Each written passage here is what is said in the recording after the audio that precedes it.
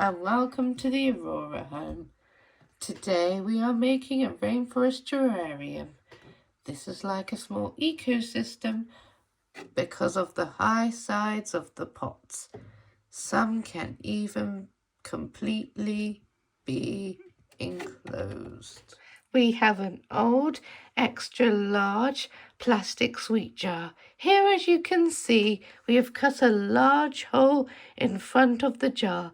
This is because we didn't want a completely closed one, and it also makes it easier to get your hands in for making your terrarium. So here we have an example of what we need to put in our terrarium. First, we have some clay gravel, which makes sure the plants don't sit in water and go moldy.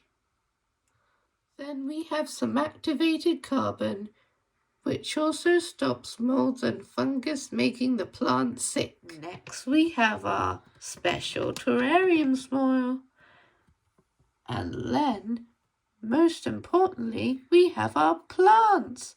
I chose these tropical type ones because I thought they were pretty. Finally, we have some decorations to go around the plants. There is some white gravel and shells, and you also recognize the cocoa seed shells from our making chocolate video. We're also going to be making this awesome terrarium project from little crafters boxes. I've had so much fun with their rainforest box already. With this terrarium, you use seeds rather than plants to help grow your own microgreens, which you can eat. It's the same as the big terrarium, but just planting seeds instead of plants. Let's go make some terrariums.